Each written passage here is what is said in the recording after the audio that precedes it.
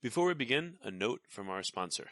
I'm Richard Jacobs, Executive Director of the nonprofit Finding Genius Foundation and host of the Finding Genius podcast.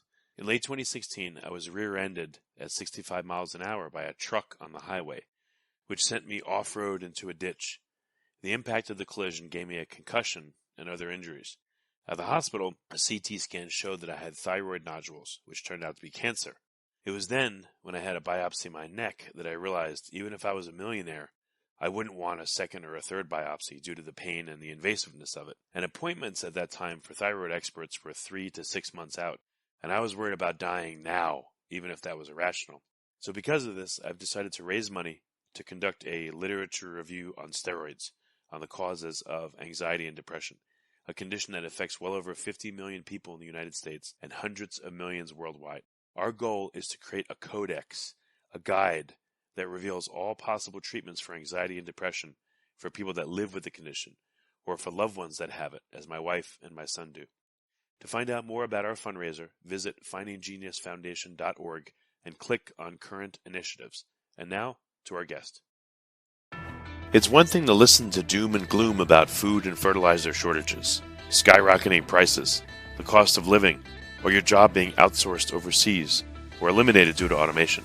It's quite another thing to hear practical, immediately actionable advice from experts who can help you reduce the fear, anxiety, and burden of these problems. Tune in now to the Surviving Hard Times podcast from the Finding Genius Foundation with Richard Jacobs.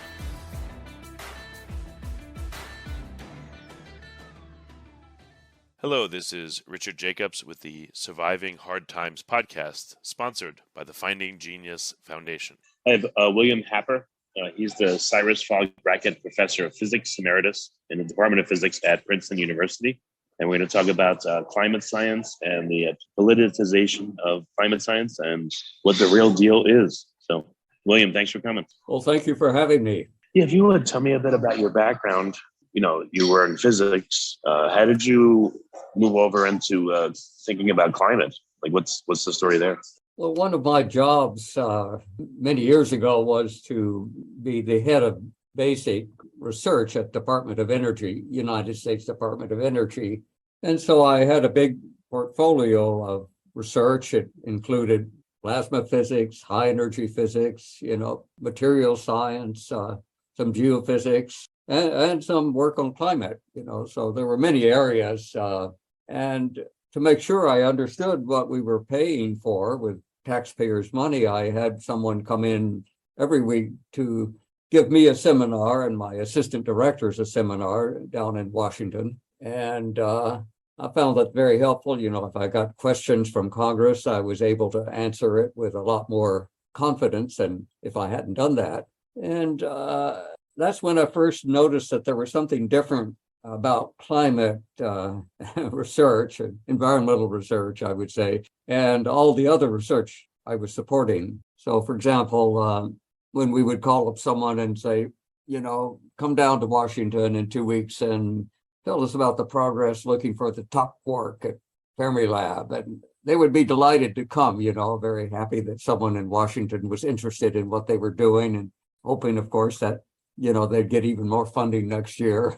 Or someone would come in and tell us about progress on the Human Genome Project we were supporting. At that time, we were busy learning how to sequence DNA more quickly and more cheaply. And so people who had contracts to do this were just delighted to come in and explain why they were making so much progress and how they would make more next year if they got a little more money. And the big difference was that when you would contact someone in environment or in climate or something like that, they would say, well, we work for Senator Gore, we don't work for you. And then I would have to point out that, well, you have this DOE contract, and one of the requirements is that you brief program managers at Department of Energy. And if that's not what you want to do, that's okay with us. We can take the money back and you can go with someone else. And then they would grudgingly come, and they would give a very defensive seminar. And unlike other seminars, when you would ask a question, the speaker would be delighted that you were showing some interest and he would answer your question. And when you would ask a question of these people, they would say, what, don't you trust me? Why are you asking that? And I say, well, how else are we going to understand if we don't pay attention and try and ask questions about details that'll help us to understand it? So anyway, it was clear back then that this was not normal science. Well, it sounds like it wasn't even science at all. It was just politics-based science. I don't even know if you can call it science. But again, keep going, please. What else did you notice about what was coming out of climate scientists' assertions or papers, or what else did you discover? Well, some of them, it was clear, were very intelligent people, and they could have been good scientists if they had just stuck to the science and not worried about the political implications of it. So at that time, at least, I had no doubt that these were potentially competent people. As the years have gone by, I think that they have had a hard time getting young people to get into the field who are really good, because students can sense a field that is highly political. And usually they go into science because they're really interested in science, not politics. If you want to do politics, you can go, to a political science department or do law or something else like that. But if you want to do real science, you'd like to have a really exciting problem to work on, like what is the dark matter of the universe, or, how do we cure cancer, or, really challenging problems. And climate is not that at all. It's how do we reinforce the political narrative, to completely change the way the world works, the way the world economy works. And there's only a limited number of people who want to make a career doing that.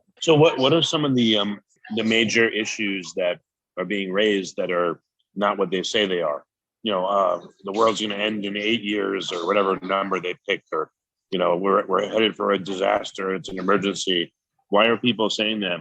And what is the reality of it, according to you? Well, the reality is, they are worried about greenhouse gases, and the most important human-caused greenhouse gas is carbon dioxide. And, so they have managed to label carbon dioxide a pollutant. It baffles me how people can swallow that, because carbon dioxide is really the gas of life. The world runs on carbon dioxide. We're made of carbon. Every human being exhales about 2 pounds of carbon dioxide a day. That's a lot of carbon dioxide when you multiply by 8 billion people, or roughly what the population of Earth is. And plants can't live without carbon dioxide. Plants are more productive now than they were 50 years ago, just because of the modest increase of carbon dioxide we've already had. And we're still way, way below the normal levels of carbon dioxide that have prevailed over most of geological history, and where plants would prefer to be. Plants, that's what I was going to ask you. If you look over long-term climate data, like how long-term of climate data do we have, and where are we in that context? Are we at a very low point in terms of carbon dioxide levels and other factors, or are we at a high point? Like, where are we historically? We're practically at famine levels for carbon dioxide. If you look, say, over the last 500 million years or so, the Phanerozoic, they call it, is the time when they're pretty good fossils, so you get an idea of how evolution is going from the fossil record. Over that 500 million years, the average CO2 levels have been several thousand parts per million, not 280 or whatever it was pre-industrial. And these levels are very close to the levels at which plants starve to death. Plants really start dying off if you get below 150 parts per million. And there's some evidence of some plant die off during the last glacial maximum 20,000 years ago, because the CO2 levels drop so low. When the Earth gets colder, the oceans get colder, more CO2 gets absorbed into the ocean, and there's less available for plants to live on. So current levels are really exceptionally low by the standards of geological history. And so instead of being alarmed about more CO2, we should be very happy. It's one of the blessings of fossil fuels, quite aside from their usefulness in transportation and running the modern world. they are making plants grow better by providing more CO2. Greenhouse operators, routinely double or triple CO2 levels inside the greenhouse, and it's not free. You have to pay for the CO2, and they wouldn't do it if it didn't pay off in better quality flowers and vegetables and whatever they're producing in the greenhouse. Tomatoes, for example, if you get a tomato in a grocery store today, most likely it's been grown in a greenhouse that's been heavily, fertilized with CO2, 2 or 3 times the CO2 than what's outside in the open air. And they look beautiful, the tomatoes. I'm sure you've seen how nice they look now in grocery stores and the hothouse tomatoes. And part of the reason for that is the high levels of CO2 inside the hothouse. And that's one of the reasons you can actually tell whether CO2 has been enhanced in your tomato. Because if you analyze the carbon 13 to carbon 12 in your, grocery store tomato, you will find that it has a lot less carbon 13 than the tomatoes grown in the open field. And from that isotope ratio, you can infer that they've been grown in a hothouse where the CO2 has come from burning fossil fuels. And then injecting the fossil fuel CO2 into the hothouse. Fossil fuel CO2 has a lot less carbon 13 in it than does the normal CO2 in the air above us. Well, how does that affect plant growth? That changed ratio It 13 as well? Doesn't make any difference to how they grow, but it's a nice way to tag where they got their CO2. Okay. Another interesting thing about that is that plants selectively enhance carbon 12 in their organic material, but that's more extreme in the great majority of old-fashioned C3 plants, that have the simplest photosynthetic way of photosynthesizing. Then a newfangled set of plants called C4 plants. C4 plants typically grow in the tropics where it's very hot and where low CO2 levels are a problem. And so they're more efficient in using both carbon isotopes. So they tend to have more carbon 13 than C3 plants. And an interesting sidelight to that is that's a way for you to check your sugar, household sugar. Is this cane sugar or is it beet sugar? You can't really tell the difference. I mean, the chemistry is the same, the taste is the same. There's no obvious difference. But one difference that's very clear is if you look at the carbon 13 ratios, there's a lot more carbon 13 in cane sugar, which is a C4 plant, than in beet sugar, which is a C3 plant. So that there's lots of fascinating science, physics, chemistry that's involved in all of, involved in carbon dioxide and how plants grow. But one thing you should never forget is that carbon dioxide is not a pollutant at all. We should thank the Almighty for carbon dioxide. It's good for the planet. More of it will be better for the planet. So what do you think would happen if, all the climate alarmists just shut up and things kept going as they are, over the next 10 years, 20 years, 50 years? What do you think levels would go to, and what do you think would be the resultant effects? Well, if you look at the rate level CO2 is increasing now, it's around 2 parts per million per year, 2.5 maybe. And it's going to continue to increase because most of the world is going to use fossil fuels for at least the next century. There's nothing you can do about that because not to do that is basically a suicide pact, and there will be, literally billions of people would die if you stop using fossil fuels. You can't do it, especially for, applications like fertilizer. They recently tried that in Sri Lanka, banned chemical fertilizers, and the government was thrown out about a year ago because there was, massive crop failures. You couldn't run agriculture in Sri Lanka anymore without chemical fertilizers, and that's true around the world. So there are just horrendous consequences of banning fossil fuels that people are not going to take. It doesn't matter what the elites demand. The average person wants to live, and they can't live if they do what the elites demand. I don't know what the elites think. Many of them say, world is overpopulated. There are too many of these, knuckle dragging climate deniers out there. Let's get rid of them. Where the Earth can only support 1 billion people, and we've got 8 billion. So 7 out of 8 of us have to disappear. What better way to do that than mass famine? I mean, they don't actually say that, but that will be a consequence of banning fossil fuels. Yeah, and of course they're not included in the remaining 1 billion. Everyone else is. Yeah. Yeah, that's right. They'll be part of the elite 1 billion remaining. That's right. All the rest of us will be gone. Right. So again, if we just leave it alone and stop crying about all this stuff, and again, what does it look like in 20 years or 50 years time in terms of green percent of the earth, in terms of ability to produce food, in terms of carbon dioxide levels and their implications on health of, let's say, animals and people, not just plants? Like, what does it look like? What does the world look like?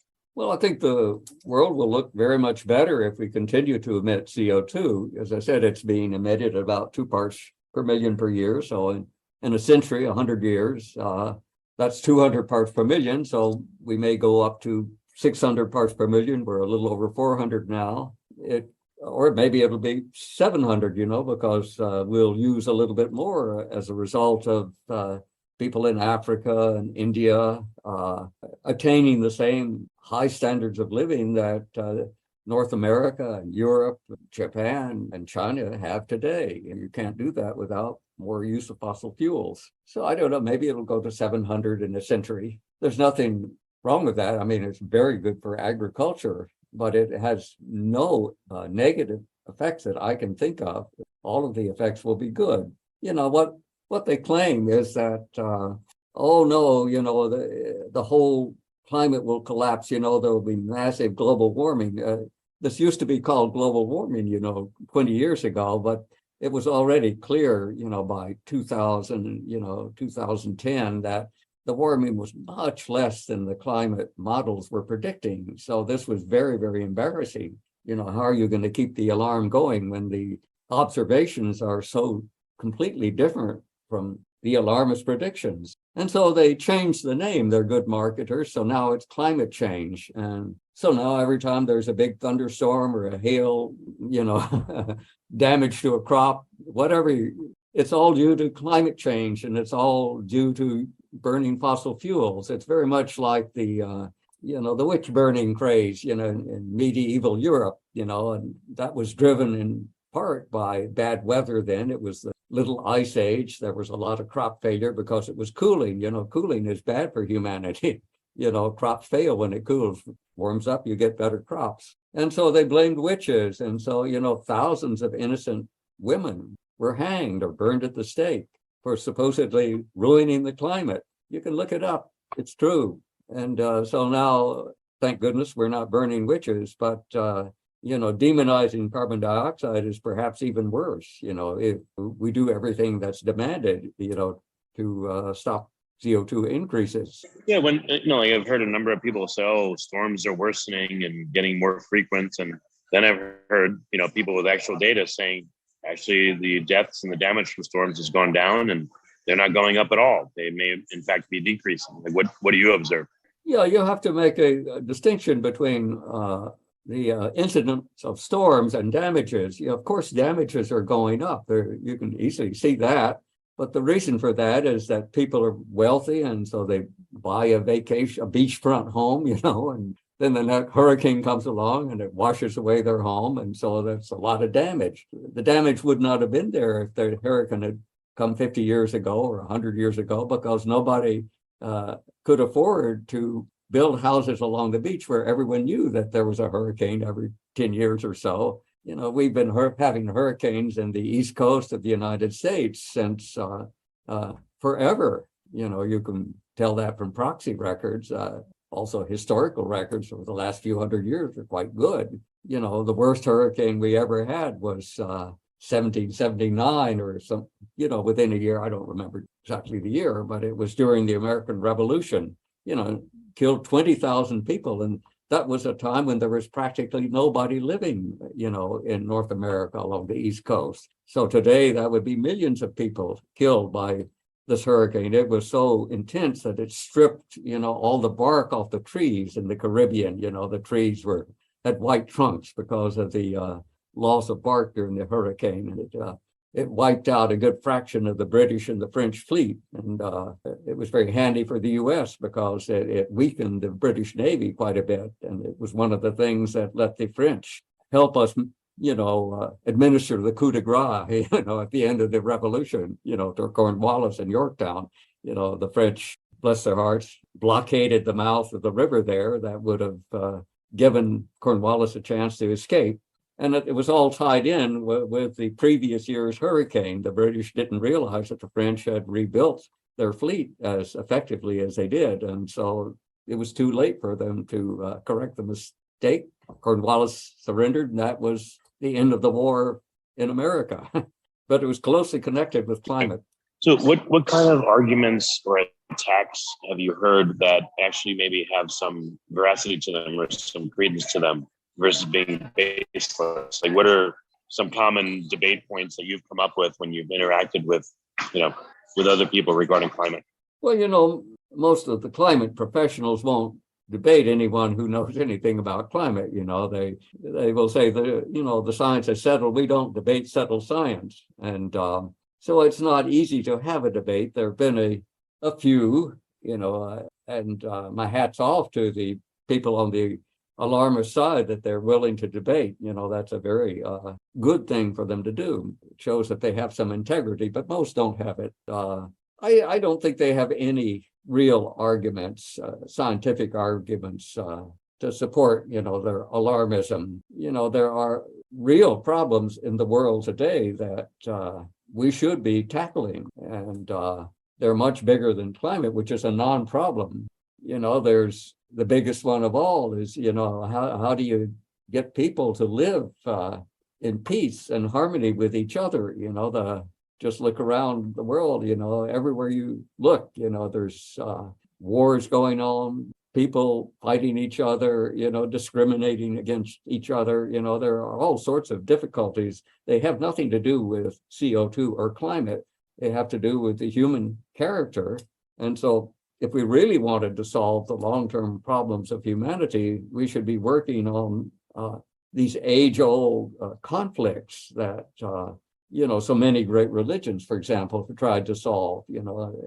Philosophers have tried to solve. They're tough problems. But I agree with you. I guess just keeping it with, again, the points on climate. What people call solar or wind green energy, but yet in order to assemble the rare earths to make wind turbines and to make solar panels and all that, you need to use fossil fuels, and then to manufacture them and transport them and put them in service and service them and repair them and fix them. And so how can people call that, for instance, like green energy or carbon zero? It makes absolutely no sense. No, it doesn't make any sense. And, it greatly increases the cost of electricity, and it makes it less reliable. And if you really insist on running a system like that, it basically means building a fossil fuel backup plant for every wind turbine or every, solar, farm, because the sun goes down at night.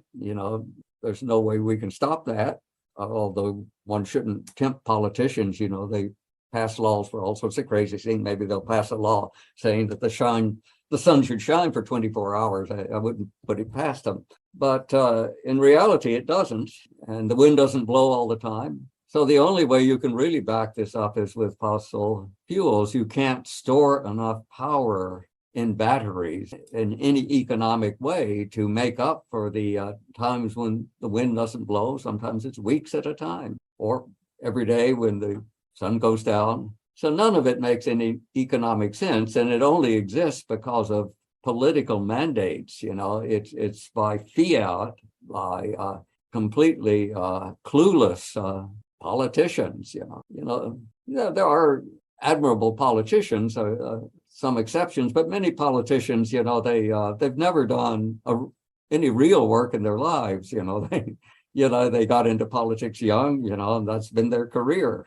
And so they've never added to the benefits of mankind, the way some guy who delivers your groceries does, or a doctor who takes care of your health, or, the trucker who moves your food from the field to the grocery stores. There are lots of honest people who make the world go round, but they're not the ones that are making these crazy decisions, in the halls of power.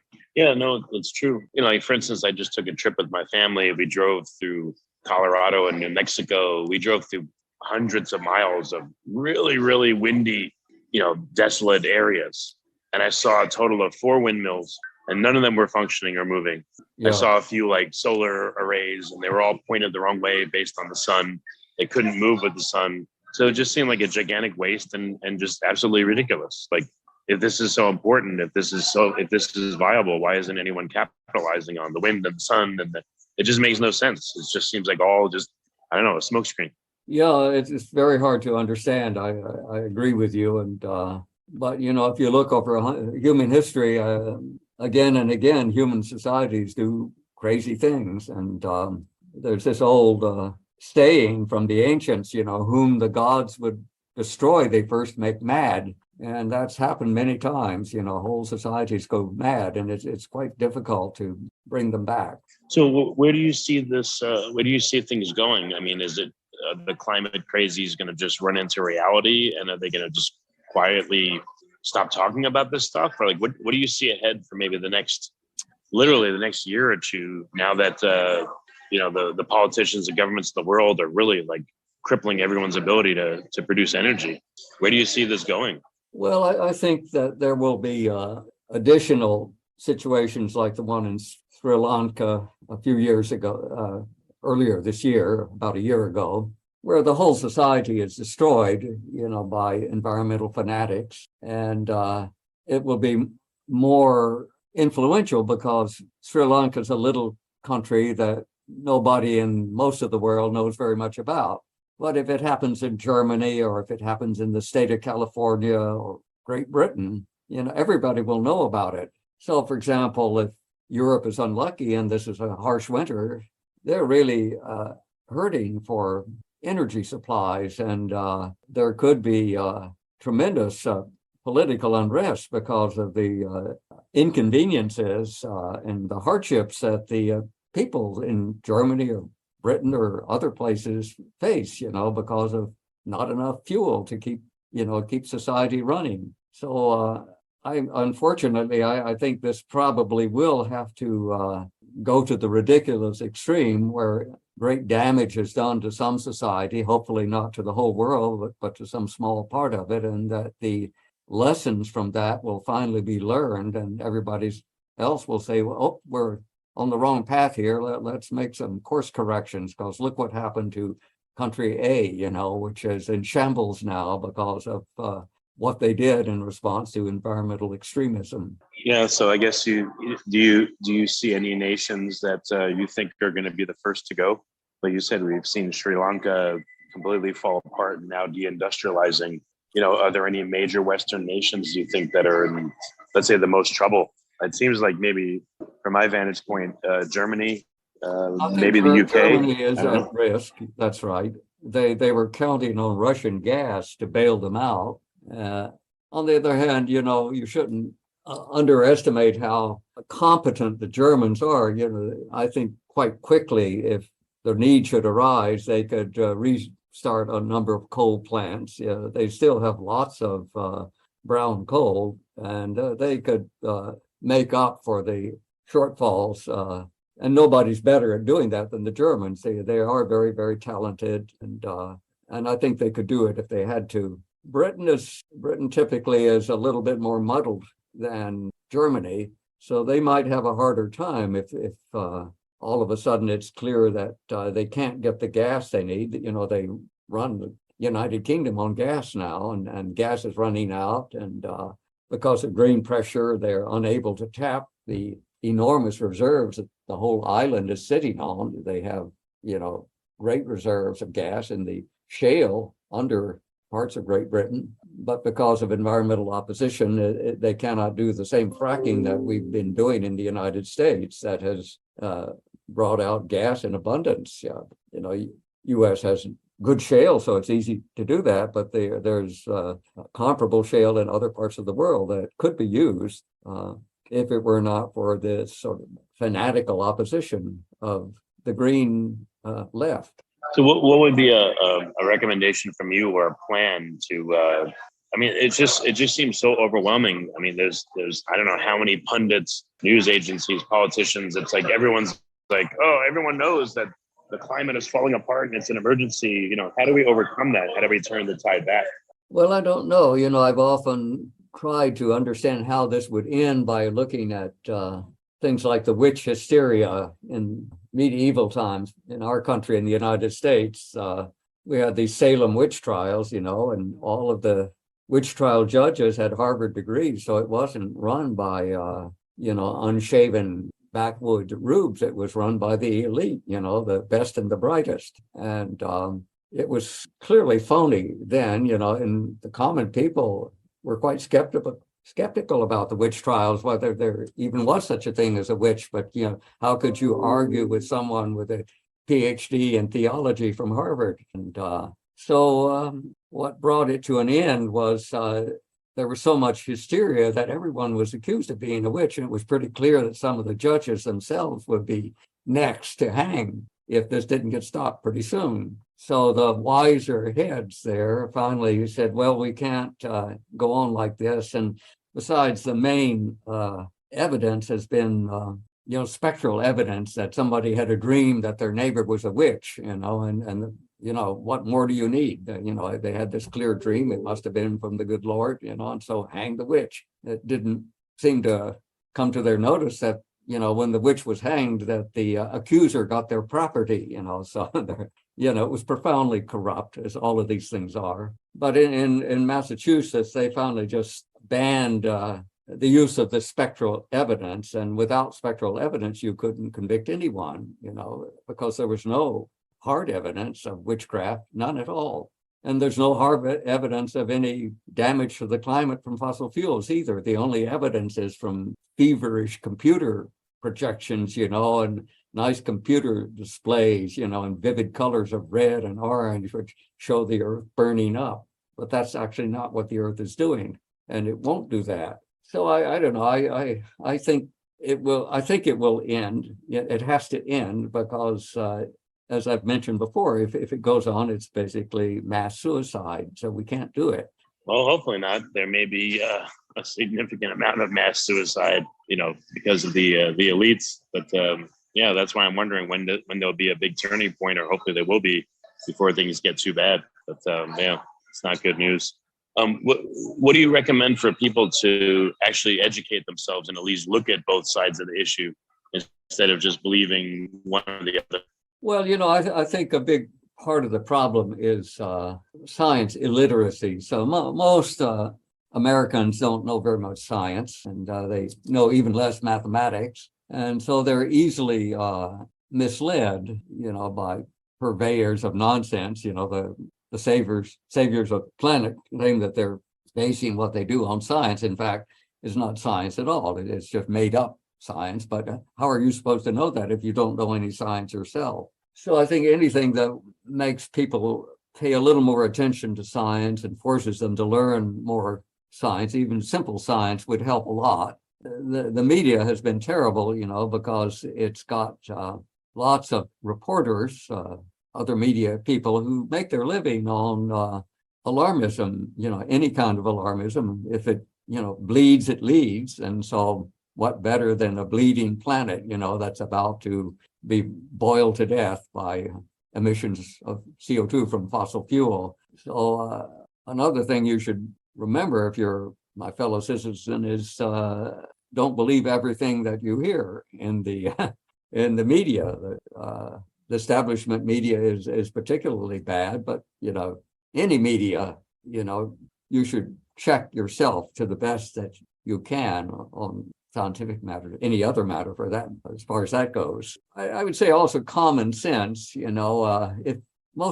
It's maybe a little harder to have common sense today than it used to be, but it's striking when you talk to people, those from rural backgrounds, from farming areas or people who work outside. None of them believe any of this stuff about climate disaster because they've seen the climate up close and personal all their lives. They know perfectly well that it naturally has good times and bad times and that it is out of their control. So they completely understand that on a very intuitive level, but the elite, which has been, young people who've been brought up in luxury and, suburban abundance and sent to prep schools and, never hoed a row of corn or delivered a load on a truck or run a tractor. None of them have any sense of what the real world is like. Their sense of what the world is like is what they see on computer screens or read about in slick books, and or what their friends tell them, other overprivileged people, from the suburbs, the wealthy suburbs. So often wondered about, the Chinese Cultural Revolution. It was a terrible thing, it caused enormous damage. But one part of it that I always was interested in is Mao first forced all the elite to go out and spend a couple of years farming, out there with the manure and the plants and things like that. And, maybe that wasn't such a bad idea, maybe some of our elites should do something like that. Oh, is there any evidence that forcing the elites to do farm work improved their perspective, or were they just resentful of, what they had to do? Well, it would certainly make them resentful, but there's a reason for that, that if you've never had to do real work, your judgment will never be very good. And there are other ways that you could do that. I think, for example, the Peace Corps was the basic idea, was get people out and let them do something that's useful, preferably in a rural area where they can see what the real world is like, and maybe there will be some useful results. I think in many cases the Peace Corps experience did a lot more for the volunteers who went out to serve than it did for the people they served. The people they served in many cases, I think, were the teachers, not the Peace Corps workers. But there was some benefit the other way too.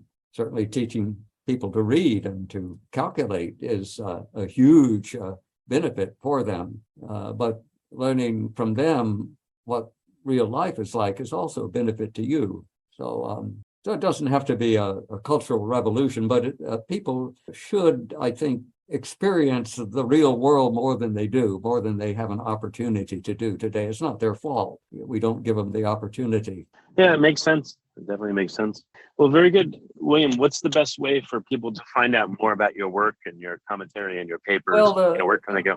The best place to learn about, the truth on CO2 is the CO2 Coalition. It's a website, co2coalition.org. If you Google on it, you'll find it immediately. And it's a quite honest, educational organization, and have a look. You'll learn a lot if you read a little bit of what's there. Okay, so CO2 Coalition, co2coalition.org. If you Google on it, it'll come up, along with, of course, lots of hate articles about what a terrible organization it is. But the old saying, if you're not taking flack, you're not over the target. Makes a lot of sense. Okay. And thank you so much for coming on the podcast and explaining. And I love your use of history and metaphor and all that to inform what you're talking about. So thank you for being here. Okay. Keep up your good work. Before you stop listening, ask yourself, what are one or two useful things you heard on this podcast that can help you overcome food and fertilizer shortages, skyrocketing prices, the cost of living, or your job being outsourced overseas or eliminated due to automation? Please like and subscribe and tell your friends and family about their Surviving Hard Times podcast. We're all going to need help now and in the near future.